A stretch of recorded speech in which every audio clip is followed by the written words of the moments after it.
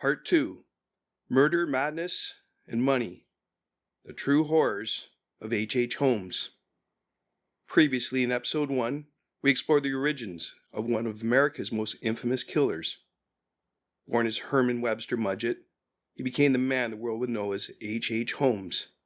A con artist, fraudster, and most chillingly, a murderer. We trace his early life, his time in medical school where he first experimented with crime, and his arrival in Chicago, where he constructed his infamous murder castle. A seemingly ordinary hotel, it was in reality a death trap, complete with secret passages, soundproof rooms, gas chambers, and disposal mechanisms that would allow Holmes to carry out his gruesome crimes undetected.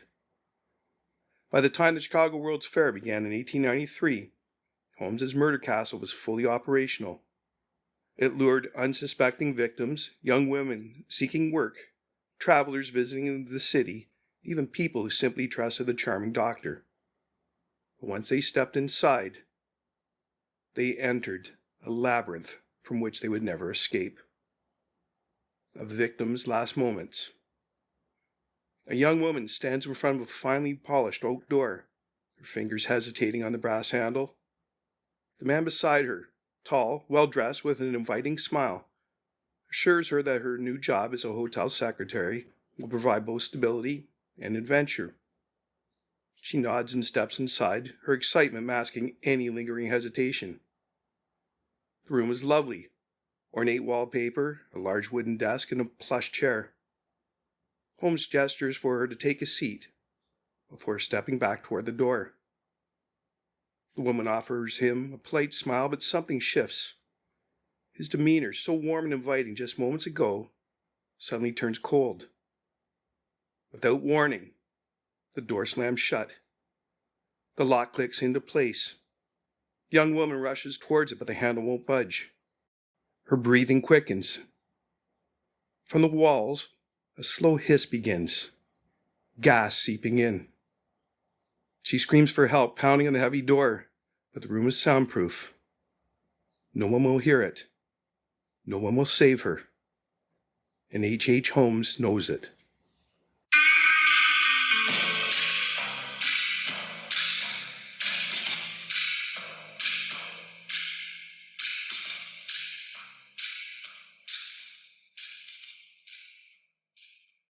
Hello, I'm Jay Nichol, Nichol Investigations.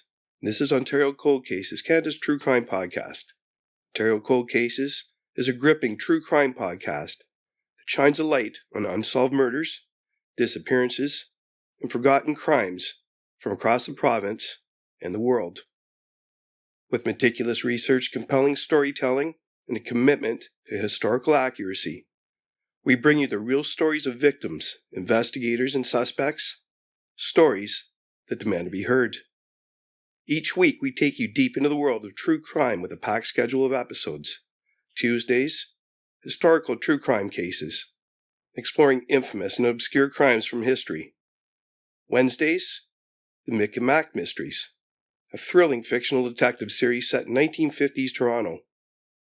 Thursdays, World Cold Case Thursday, investigating unsolved cases from around the globe.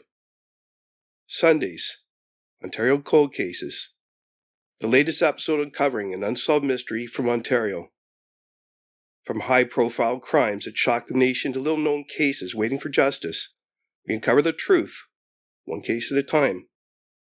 Join us as we explore the dark corners of history and mystery, where every clue could lead to answers and every case deserves a second look. Subscribe now wherever you listen to your favorite podcasts and never miss an episode of Ontario Cold Cases, Canada's true crime podcast.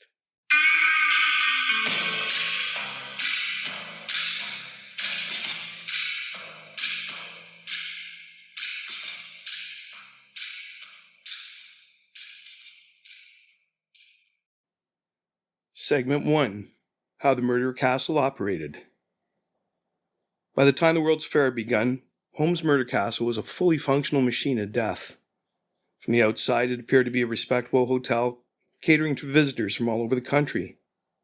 But inside, it was a labyrinth of horror, designed to ensure that once someone entered, They would never leave.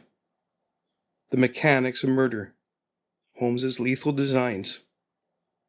Every inch of the murder castle was built with a singular purpose: to trap, kill, and dispose of victims without leaving a trace. Holmes had meticulously planned every corridor, every room, and every hidden mechanism. Soundproof rooms. Guests checking into Holmes's hotel found themselves in rooms that, unbeknownst to them, were entirely soundproofed. No matter how loud they screamed, no one outside could hear them. Sealed chambers with gas pipes. Some rooms were equipped with hidden gas pipes. Holmes could activate a switch from his office, slowly filling the room with lethal fumes. The victims would struggle, clawing at the doors, but the airtight seals ensured their deaths were inevitable. Hidden peepholes and secret observation panels. Holmes had installed peepholes and false walls that allowed him to spy on his victims undetected. He could observe them from hidden hallways and secret rooms, taking pleasure in their fear before he activated his deadly traps. Trapdoors and hidden chutes. Many rooms had false floors that dropped victims directly into the basement, where Holmes could deal with their bodies at his leisure. Some chutes were disguised as laundry shafts, allowing him to transport bodies discreetly. Labyrinthian halls and dead ends. Victims who tried to escape often found themselves running in circles. Holmes had intentionally built staircases that led nowhere, and doors that opened to solid brick walls, leaving victims utterly lost and vulnerable. The airtight vault. One of the most infamous features of the murder castle was a walk-in vault disguised as a safe. Holmes would lure victims inside under the pretense of showing them something valuable. Once the door shut, there was no way out.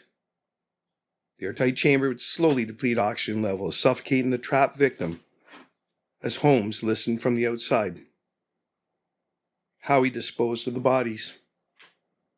Holmes's ability to eliminate evidence was just as methodical as his means of killing. The basement of the murder castle was his private laboratory, where he disposed of corpses with brutal efficiency. The crematorium furnace. A massive kiln sat in the basement, its walls blackened with soot from burning remains. Holmes would cremate bodies until only bone fragments remained, which he then ground to dust. Acid vats and quicklime pits. Several areas of the basement, large vats of acid and quicklime allowed Holmes to dissolve bodies completely, leaving no trace behind. Dissection and organ harvesting. With his medical background, Holmes had the knowledge to expertly dissect bodies. He's believed to have stripped flesh from bones, preserving skeletons and possibly harvesting organs to sell on the black market or to medical schools. Selling skeletons to medical schools. Holmes, with his medical background, had connections to universities and anatomical research facilities. He often stripped the flesh from victims' bodies and sold their skeletons as medical specimens, turning murder into yet another source of profit. Buried remains. Some bodies were dismembered and buried beneath the foundation of the murder castle, hidden beneath layers of dirt and stone. The castle was more than just a building. It was a machine designed for deception, for cruelty, and for murder.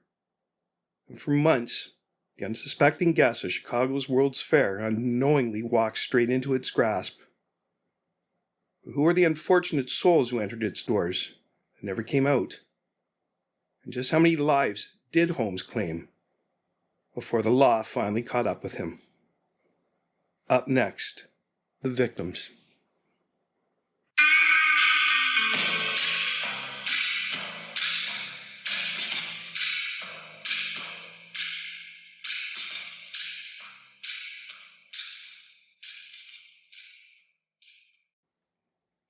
Segment 2. The victims. For months, the Grand World's Fair drew thousands of visitors to Chicago, a city buzzing with excitement and promise. Many sought opportunity, work, or simply a place to stay. They never could have imagined that behind the doors of the castle on West 63rd Street, a nightmare awaited. In Holmes's world, every encounter had a purpose, every promise was a deception, and every act of kindness masked a deadly agenda. His victims came from all walks of life: women seeking employment, guests needing lodging, business associates who had outlived their usefulness. And for each he devised a different, but no less brutal end. The victims of H.H. Holmes. Holmes was a meticulous predator, tailoring his manipulations to his victims. Some he seduced, others he convinced to invest in his businesses, and a few simply trusted him because of his charming and professional demeanor. While the full extent of his murders will never be known, these are the most well-documented cases. Julia Smythe and Pearl Connor, 1891. Lured by love, trapped by lies.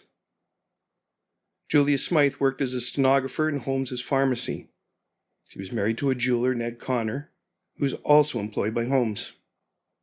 Holmes began an affair with Julia, causing her husband to leave her and their young daughter Pearl. Julia assumed Holmes would marry her, unaware that she was just another disposable pawn in his twisted game. On Christmas Eve, 1891, Julia and her 6-year-old daughter vanished. Their fate? Holmes later claimed Julia died during a botched abortion, but no remains were ever found. Pearl, innocent and trusting, was most likely suffocated or poisoned. Their disappearance went largely unnoticed, allowing Holmes to continue perfecting his methods. Number 2. Emily Sigrand, 1892. Bright future cut short.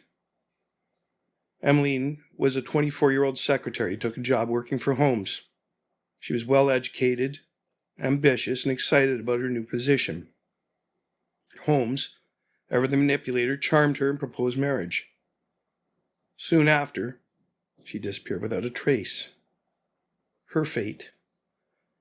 Witnesses reported that Holmes had a large trunk delivered to the basement around the time she vanished. It is believed he locked her inside the trunk and left her to suffocate. When police later searched the basement, they found long strands of female hair inside an airtight trunk. Number 3. Minnie and Nanny Williams, 1893. A deadly deception. Minnie Williams was a former teacher from Texas who inherited valuable real estate. Holmes courted her and convinced her to transfer her property deeds into his name.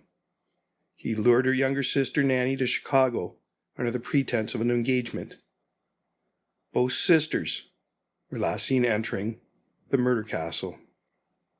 Their fate. Minnie was likely strangled after transferring her property to Holmes. Nanny, unaware of her sister's murder, was killed soon after. Holmes later claimed to have killed Nanny by locking her in his airtight vault. Number 4. The Petzl family, 1894. Holmes's most heartless crime. Holmes's business associate, Benjamin Petzl, had been his loyal accomplice in various fraud schemes. When they devised a plan to fake Petzl's death for insurance money, Holmes decided to make the con real. Holmes murdered Benjamin Petzl by knocking him unconscious and setting his body on fire to stage an accident. He convinced Petzl's wife Carrie that her husband was still alive. Holmes took 3 of Petzl's children, Alice, Nellie, and Howard, on a terrifying journey across the U.S. and Canada. The fate of the Petzl children. Alice and Nellie, ages 15 and 12. Holmes took them to Toronto, renting a house at 16 St. Vincent Street. He locked them in a trunk, drilled a hole in the top, and pumped gas inside. Their bodies were found buried in the basement of the house, discovered by Pinkerton detectives. Howard Petzl, age 8. Holmes took Howard to Indianapolis. He murdered the boy, dismembered his body, and burned the remains in a stove, Investigators found Howard's charred bones inside the house. This was Holmes' most monstrous crime, killing innocent children simply to avoid being caught. The unknown number of victims. How many did Holmes really kill? Holmes confessed to 27 murders, but many believe the real number was over 200. The murder castle was filled with evidence of death, blood-stained walls, human bones, and remnants of clothing. Many women who had last been seen entering the castle were never heard from again. He targeted hotel guests, employees, romantic partners, and business associates, eliminating anyone who became inconvenient. The number of souls lost to Holmes may never be known. He was a predator who saw people not as human beings, but as assets. Assets he could use, manipulate, and discard. Whether it was for financial gain, self-preservation, or sheer enjoyment, Holmes's capacity for cruelty knew no bounds. But as his crimes piled up, so did the evidence. The walls were closing in. And finally, the law was catching up. But how do you catch a man who changes identities like a chameleon? Who moves across cities and countries without leaving a trace? And who will stop at nothing to stay ahead of those who pursue him? Up next, H.H. Holmes in Toronto.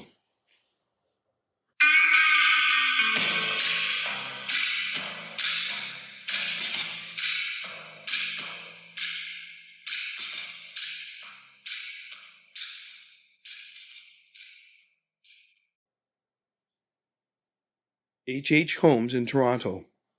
The killing of Alice and Nellie Petzl. By late 1894, the walls were closing in on H.H. Holmes. Authorities were starting to piece together his web of fraud and murder. He was no longer just a con man. He was a fugitive.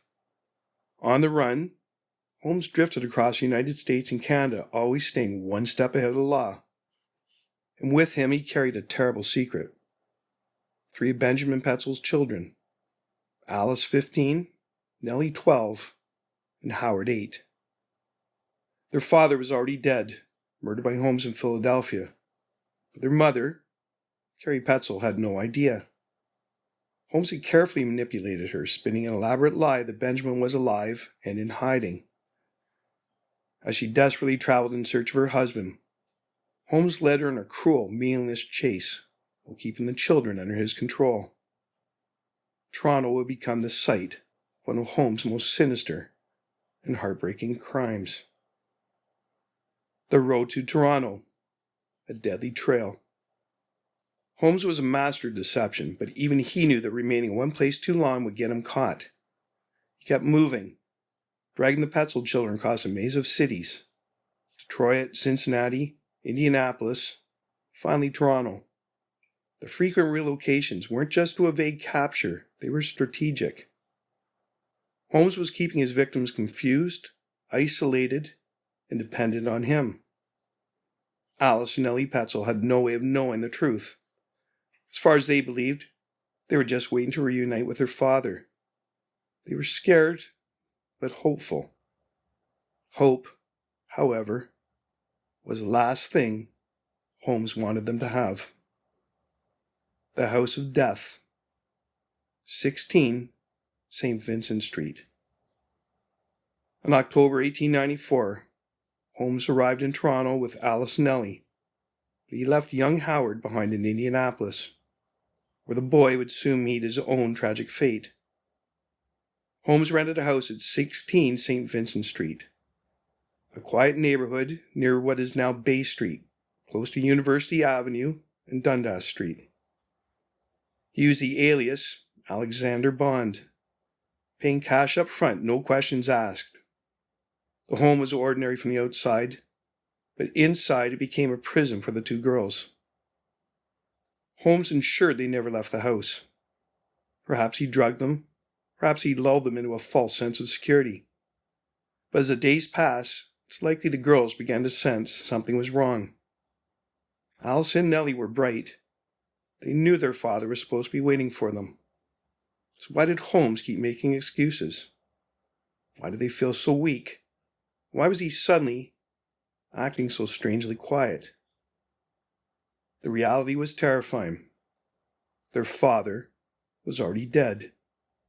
And soon, they would be too. The murder of Alice and Nellie Petzel. Holmes was not a man who killed in fits of rage. Murder to him was a matter of convenience. The girls had served their purpose.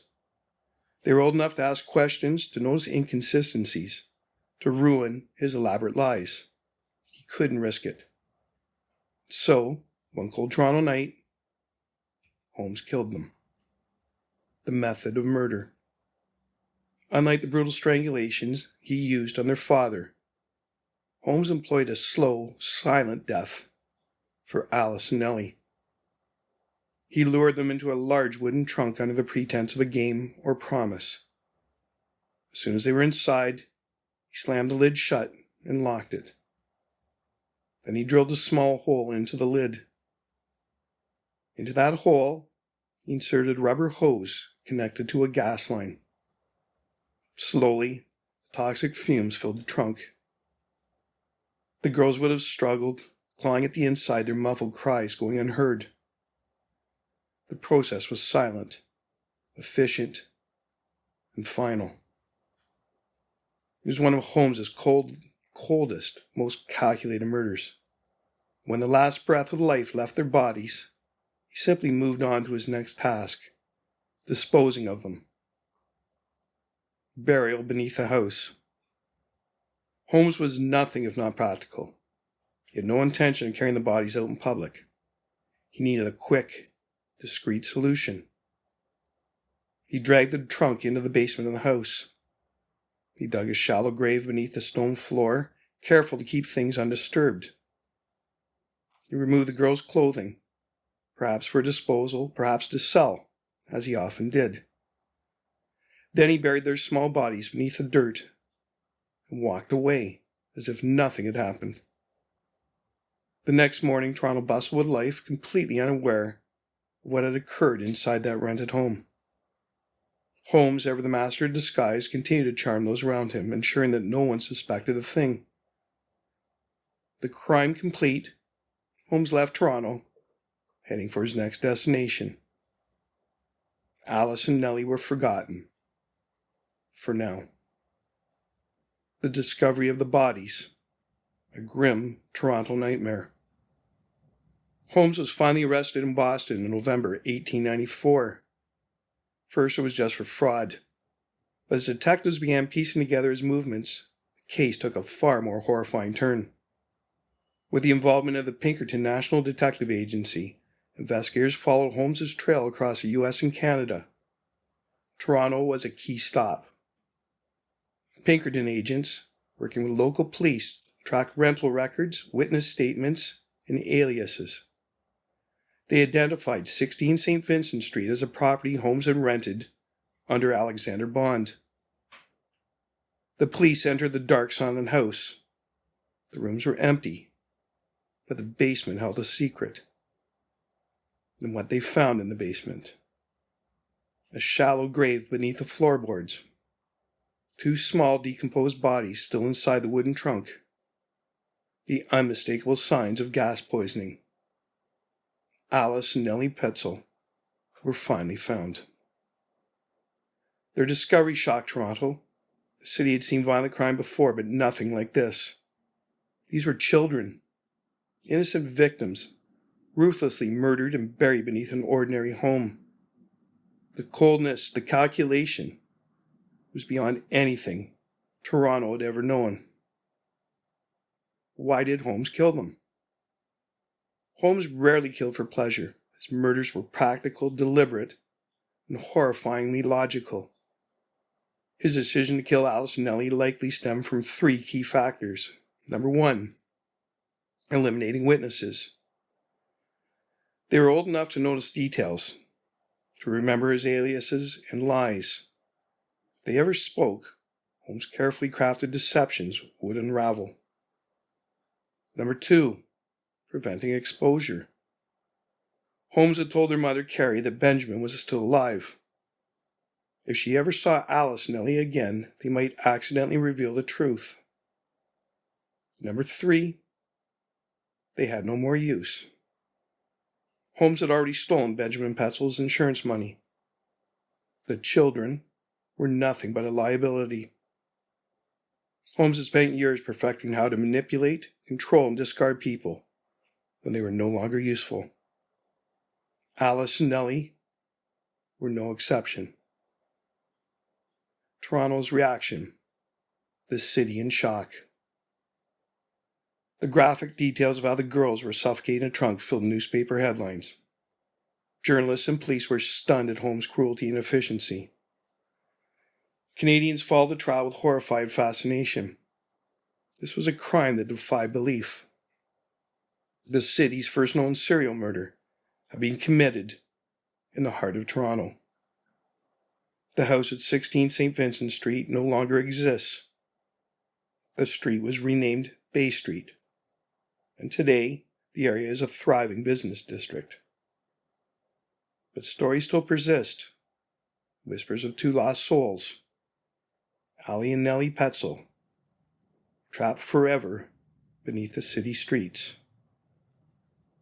Final thoughts, the darkest chapter in Canadian crime history.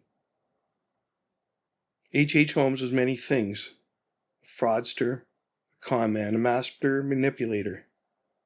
But in Toronto, he was something else: a murderer of children.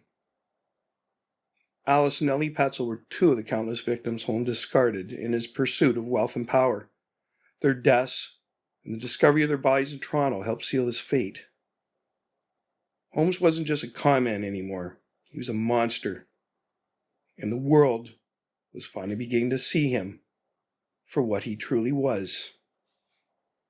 Up next, the hunt for H. Holmes, a cross-border manhunt like no other.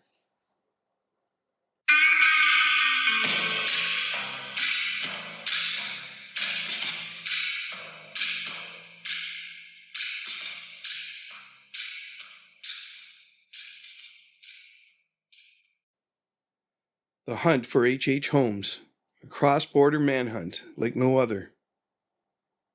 H. Holmes has spent years evading the law, an expert at reinvention, a chameleon who slipped from one identity to another with ease. He had scammed banks, insurance companies, and landlords, leaving a trail of fraud and deception, stretching from Chicago to Philadelphia, Toronto to Indianapolis. But as the bodies stacked up, so did the questions. Authorities might not have caught him for murder right away, but they were closing in. Not with bloodhounds or pistols, but with cold, meticulous detective work. And once the Pinkerton National Detective Agency joined the hunt, Holmes's days of freedom were numbered. The investigation begins. The insurance fraud that led to Holmes's downfall. For all his cunning, Holmes wasn't caught because of murder, not at first. His downfall began with something far more ordinary: insurance fraud. In September 1894, Holmes murdered Benjamin Petzel in Philadelphia to collect a $10,000 life insurance payout. It had been an easy con. Holmes was supposed to help Petzel fake his own death using a cadaver. Instead, Holmes chloroformed him and burned his body beyond recognition. The insurance company was supposed to pay out, and Holmes, ever the conman, would pocket the cash. But Fidelity Mutual Life Insurance Company smelled something rotten. What triggered suspicion? Number 1, a history of fraud. Holmes had scammed his way through half the country. The insurance company knew his name and didn't trust him. Number 2, the body didn't match. A coroner's examination of Petzel's corpse found traces of chloroform in his stomach, meaning he had been poisoned while still alive. It wasn't an accident. Number 3, where were the children? Petzel's wife, Carrie, had been told her husband was alive and in hiding, while Holmes took their children, Alice, Nellie, and Howard, under his care. When detectives learned the children had disappeared, they feared the worst. Number 4. Holmes was already running. As investigators dug into the case, Holmes kept moving from city to city, using false names, disguises, and quick getaways. He wasn't just a fraudster. He was acting like a man with something to hide. The chase across the U.S. and Canada, piecing together the puzzle. Holmes might have been a master manipulator, but even he couldn't escape the paper trail he left behind. Pinkerton detectives, some of the best in the business, began tracking Holmes across North America, using his financial transactions, rental agreements, and train schedules. Step 1. Following Holmes's financial trail. Even on the run, Holmes needed money. He paid hotel bills, wired telegrams, rented houses, and sent letters under various aliases. Investigators used banking records and receipts to chart his movements, city by city. Step 2. Tracking his route through train schedules. Holmes traveled almost exclusively by train, moving between cities at breakneck speed. Pinkerton agents interviewed station workers, train conductors, and ticket clerks, asking them if they had seen a well-dressed man traveling with young children. Railway tickets and witness statements confirmed his direction. Key locations and clues leading to his capture. Holmes moved like a ghost, always a step ahead, but with each stop, detectives closed in. Philadelphia, Pennsylvania. The Petzel murder, September 1894. Holmes killed Benjamin Petzel and staged the crime as an accident. Clue? The coroner's report proved chloroform had been administered, post-mortem, confirming murder.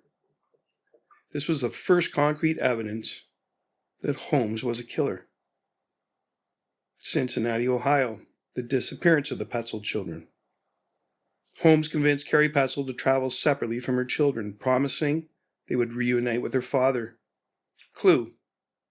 Hotel records showed Holmes checking in with different aliases, but never with all 3 children at once. Detroit, Michigan. More rentals, more lies. Holmes rented multiple properties, spinning new identities at each stop. Clue. The neighbors recalled seeing 2 young girls with him, but never a boy. Toronto, Ontario. The House of Horrors. October 1894. Holmes rented a house at 16 St. Vincent Street, using the alias Alexander Bond. Clue? Detectives traced rental records, and upon searching the basement, found the buried bodies of Alice and Nellie Petzel. London, Ontario. A stop to hide his tracks. Holmes made a brief stop in London, Ontario, possibly to throw off pursuers. Clue. Investigators later found his alias in local rental logs, proving his route through Canada. Indianapolis, Indiana. Howard's tragic fate. Holmes murdered Howard Petzel in a rented house and burned his remains in a stove. Clue. Investigators discovered Howard's bones in the chimney, confirming he had been killed and dismembered. Boston, Massachusetts. The final capture. November 17th, 1894. Holmes was finally located and arrested at a boarding house. He was using yet another alias, but the Pinkertons had him cornered. How the Pinkertons cracked the case. Holmes had spent years hiding behind false names, but the Pinkertons had something he couldn't outsmart. Relentless detective work. Method 1. Rental records and fake identities. Holmes used multiple names, but he still had to sign rental agreements. Detectives compared handwriting samples and linked his various aliases. Method 2. Witness testimonies. Train conductors, hotel managers, and neighbors remembered a well-dressed man traveling with children. These statements confirmed his movements across state and national borders. Method 3. Surveillance and undercover agents.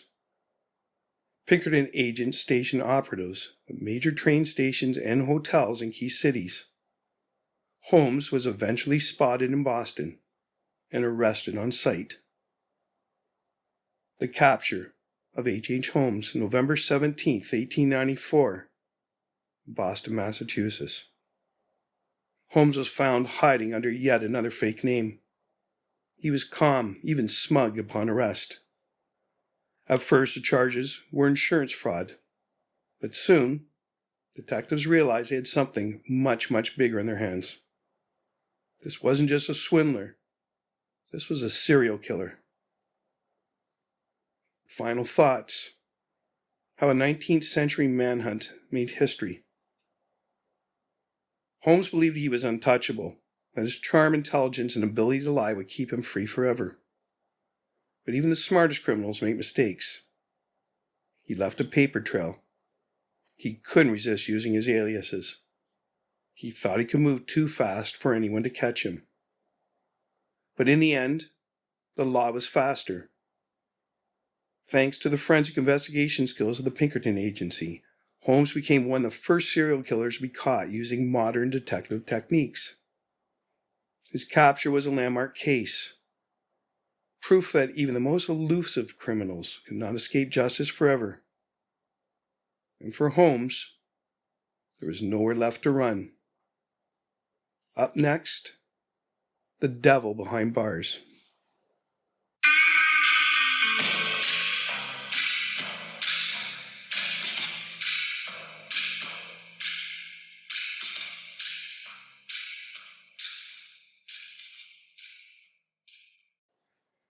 The devil behind bars. H. Holmes was finally behind bars. His days of slipping through the cracks, changing names, and reinventing himself were over.